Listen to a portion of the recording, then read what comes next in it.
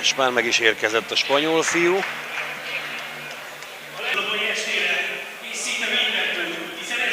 Aki egyébként nicaraguai születésű, Rio Branco szülötte. De Gironában, azaz Katalóniában él az elmúlt néhány évben. Torito becenévre hallgat. Afgán származású, Afganisztánban született, de Bécsben él és osztrák állampolgársággal is rendelkezik. Hát nemzetközi derbi következik telibe, ahogy mondani szoktuk. Egy nicaraguai születésű Katalóniában, azaz Spanyolországban élő 35 éves versenyző. Sergio González 10 meccset nyert, ebből 7 KO-val. Veszített 34 alkalommal, 12-szer ütötték ki és 5-ször végzett döntetlenre. Sokáig szuper könnyű súlyban szerepelt. Teljes neve Sergio Ali González Castro, beceneve Torito.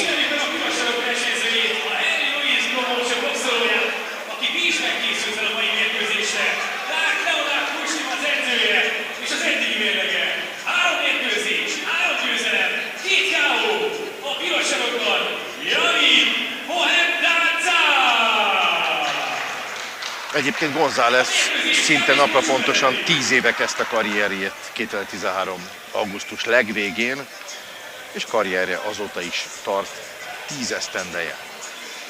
Javid Mohebzada 2021. szeptember 25-én mutatkozott be a profik táborában. Mindössze 3 meccset vívott, abból 2-t KO-val nyert, összesen 7 menetet töltött a ringben a 23 éves versenyző. 2021. szeptemberében Adrian Nema ellen Bécsben, 2022. november 19-én Kovács Gábor ellen Marienceldorban, Zützstadtban, a bevásárlóközpont szomszédságában, aztán szintén Marienceldorban, Zützstadtban Rózsás Gyula ellen vívott. Mind a 3 meccsét megnyerte, az első technikai KO-val, a másodikat pontozással és a harmadikat megint TKO-val, ezúttal pedig Sergio González ellen harcol itt a Corinthia Hotelben.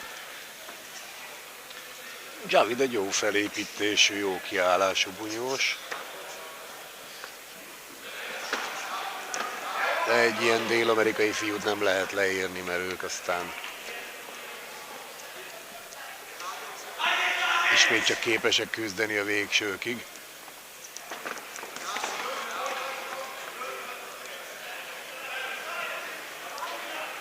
Ha csak belegondolunk Julio César Chávezbe, aki több mint 90 profi mérkőzést vívott az élete során, pályafutása során.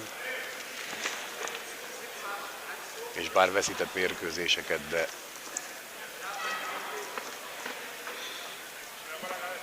soha nem adta meg magát, kivéve talán egy alkalom.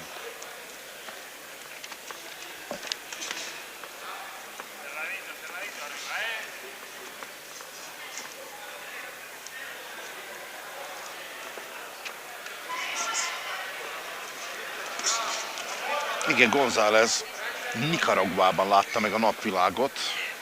Kalandvágyból kitekintünk egy kicsit oda. Magyarországnál másfélszer nagyobb ország a közép-amerikai kontinens hídon az egykori spanyol gyarmata 19. században nyerte el függetlenségét. Változtat alapállást. Bocsánat, hogy így közbe szólok, csak közben zajlik a mérkőzés, és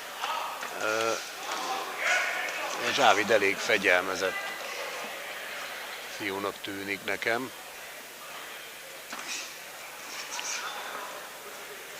És bár ő a rutintalan, azért azt gondolom, hogy a mérkőzést ő irányítja egyelőre. Néhány mondatot még, tehát a szülőföldről területének, Nicaraguának nagy részét a Kordillerák vulkanikus láncai uralják, a szárazföldön északon Honduras, délen pedig Costa Rica határolja. Csendes óceán partvidéke kestjen, a Karib-tengert övelő pedig széles mocsaras síkság, az ország déli részén a Nicaragua-tó hatalmas vízfelülete terpeszkedik, ennyit tehát a szülőföldről, Gironában, Katalóniában él hősünk a jelenben. Hát ezt a menetet mindenképpen a Javid irányította, de González is kőkeményen szembe szállt vele, és nem hagyott neki.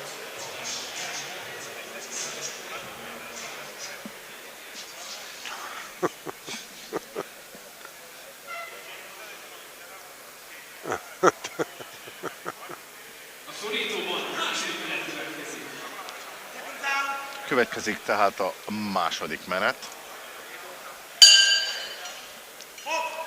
A rutin kétségkívül González mellett szól, hiszen ő 35 esztendős, a riválisa pedig mindössze 23. Nem csak a kor miatt, hanem több mérkőzést vívott, de a Javid elég fegyelmezetten boxol, azt lehet mondani, és ő irányítja mindenképpen a mérkőzést.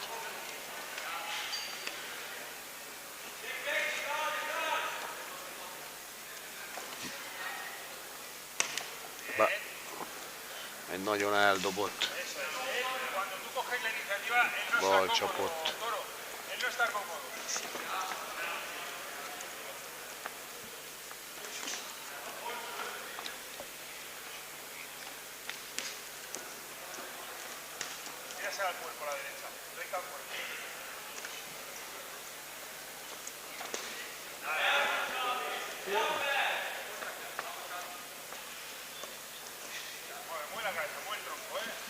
González egyébként, mint jeleztem, Gironában él, Katalóniában. Ezt nem papírból mondom, hanem tudásomat fitoktatva. Ott a futball a legnépszerűbb, most az élvonalban szerepelnek a La Ligában. Figyeltem a teljesítményüket, soha nem voltam ott meccsen, a városban már jártam. És tényleg futballimádat van, de van egy komoly ökölvívójuk is. González egy nagyon szép balhoroggal talált, hogy Javid azonnal visszatámadott, azért érezte, hogy ez a pillanat nem az övé volt. Egyébként Girona hasonló, mint Székesfehérvár, 102 000-en lakják. Egy kimondottan szép városról beszélünk természetesen.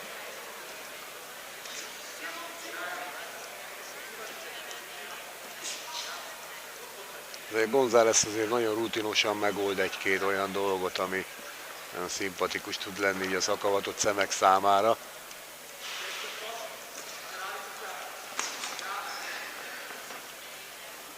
Egyértelműen látszik rajta több mérkőzés, még akkor is, hogyha a Javid veszi át többnyire az irányítást, és ő az, aki többet talál.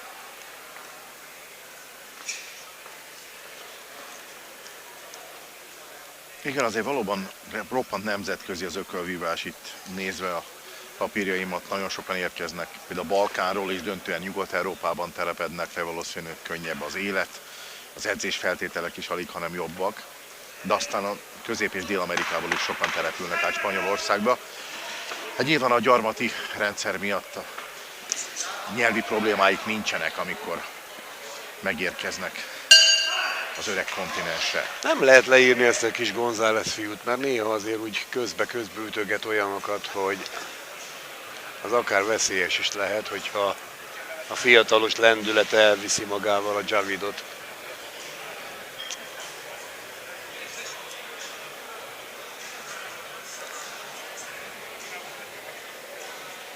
Közben itt próbálok ránézni Kovács Bence pontozó lapjára, de ismét eltakarta, úgyhogy... Rafinált ez a gyerek. Rafinált, nagyon rafinált. Úgyhogy a pontozás állásáról nem tudok információt adni. Na de nézzük akkor ezt a következő menetet.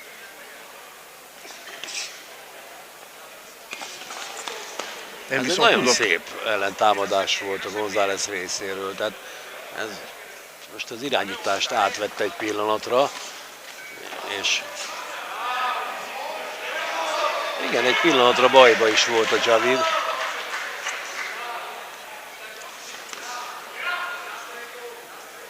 Néhány mondat, hogy hol is vagyunk valójában. A szálloda kialakítása azért is volt fontos annak idején, és klassz a mai napig, mert a szárnyak két átriumnak is teret hagytak, amelyek már régen is kellemes napsütéses közös térként funkcionáltak. Adta is magát a lehetőség, hogy éttermet helyezzenek el ide, amit ma Corinthia Brasserie és átriumként ismerünk, régen Pálmakert étterem névre hallgatott, és a pálmafákat egészen különleges helyről, a francia Rivieráról hozták egyenesen. Akkoriban még nem volt lefedve ez a rész, igazi kertként működött tavasztól őszig, a vendégek nagy örömére. Amúgy a vendégek nem csak aludni, ebédelni és vacsorázni jöhettek, hanem filmezni is. A szálloda kávéházában már a kezdetektől vetítettek filmeket a Lumière fivérek megbízásából. 1915-ben aztán az épület déli szárnyában a bálterem, ahol most vagyunk, átalakításával megnyílt a Royal Apollo Filmszínház, azaz hivatalosan a mozi. A világ legjobb filmjeit mutatták a század előn, minden premier társadalmi eseménynek számított. Napi 2 előadást tartottak, délelőtt filmhíradóra lehetett bejönni, este pedig plakátokon hirdetett mozgófilmekre. Utóbbiakra elegánsan, frakban és estében érkezett a közönség, és gyakran a finál után átvonultak a finálé után az étterembe vacsorázni. Az elegancia most is adott, tehát esti és koktélruhában a hölgyek, öltöny, nyakkendő, néhány úriembernél a smoking is felelhető. González nem egy olyan nagyon brilliáns bunyós, de olyan, nagyon tetszik az, hogy nagyon rutinosan old meg feladatokat, hiszen azért mégiscsak a Javid az, aki többször dominál, de azért a González is próbálja ezzel fölvenni a megfelelő ritmus tempót, és nem adja meg magát egy bátor harcos, és rutinból nagyon sok mindent megold. És nagyon, nagyon szimpatikus. De hát a Javid az még csak egy 23 éves fiatal ember, aki előtt még azért egy nagyobb karrier állhat. Lassan elérkezünk a meccs feléhez, a harmadik menet ér véget rövidesen. Féltávnál miként értékeled a dolgokat? Hát azt gondolom, hogy eddig a Javidé a mérkőzés, bár nekem a González nagyon szimpatikus, hogy a lazár rutinosan élét veszi egy csomó olyan dolognak, amiből baj is lehetne. De nincs. De nincs. Mert ügyes. Nekem szimpatikus a kis dél-amerikai.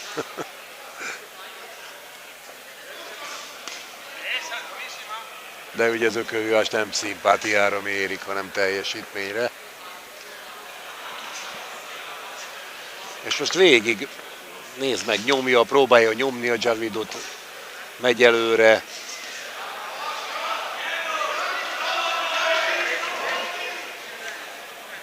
Igen, ha nem mondtuk volna, fekete flitteres, aranysárga kövekkel díszített nadrágban Javid, még rivális a piros-kék-fehérben. Afganisztánból érkezett hozzánk. Népi motívumokkal tűzdelt naciban. Eltalálja a riválisát, kiált is egy nagyot.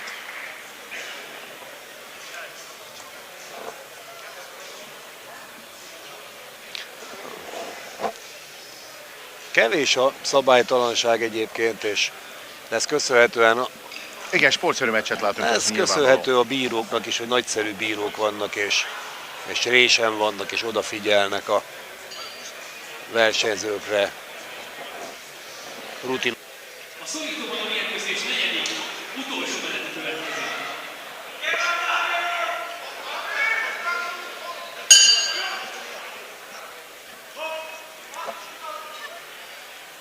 Hát ha nagy hibát nem követel, akkor valószínű, hogy a Javidi ez a mérkőzés, de hát nyilván ő a fiatalabb, ő a veretlen, ő előtte még esetleg egy reményteljes karrier állhat, míg a González azért már egy idősebb, leszálló ágban lévő ember, úgyhogy őnek itt ki kellene ütni a Javidot ahhoz, hogy az ő kezét emeljék a magasba.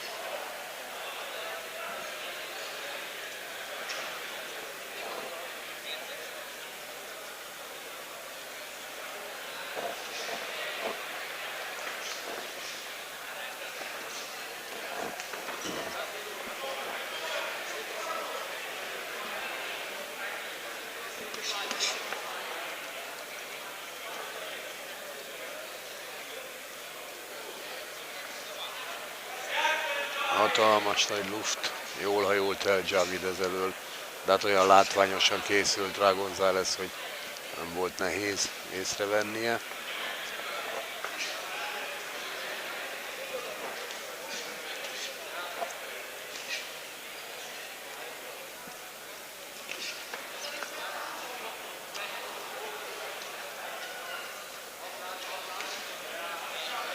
Szép jobb egyenes volt Javid részéről.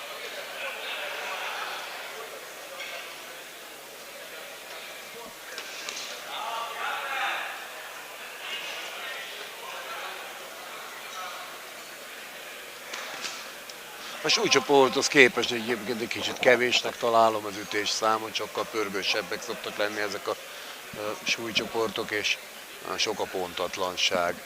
Igen, az első meccs Gazsomárk és Péntek Martin derbije döntetlennel zárult nagy középsúlyban, aztán nagyváltósúlyban Bölcskei Csaba és Fikó Oszkár utóbbi sikerével. Szintén középsúlyú meccs volt a harmadik, Nerdin Fejzovics és Nyirin Emini között egyhangú pontozással nyert az albán fiú, tehát utóbbi.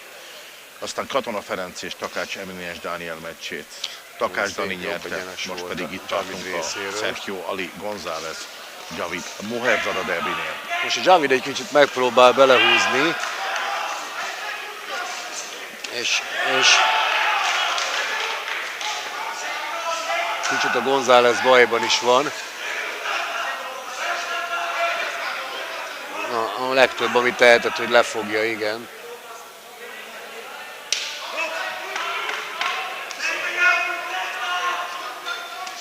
Érzi a Javid, hogy nagyon meg kell neki húzni ezt a végét.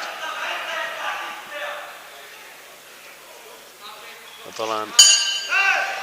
Igen. Hát ez szerintem egyértelmű Javid győzelem, bár a kis González azért nagyon becsülettel és tisztességgel helyt állt, úgyhogy nagyon tetszett a sportszerű hozzáállása.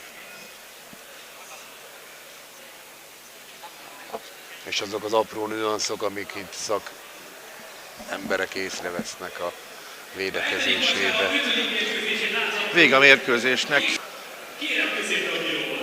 Nekem 60 írva. Nekem is, de 4 menetes volt a derbi. Elcsúsztak a sorok, de nem Ja, probléma, elcsúsztak a sorok, igen, mert az előző meg... vagyunk, és igen, rögtön reagálunk igen. a nagyvilág történéseire. Tehát 4 menetes derbit láthattunk Sergio Ali González és Moherzada között. A győztes nem más, mint Javid Moherzada Afganisztánból! Javid Moherzada győzött tehát egyhangú pontozással az afgán fiú.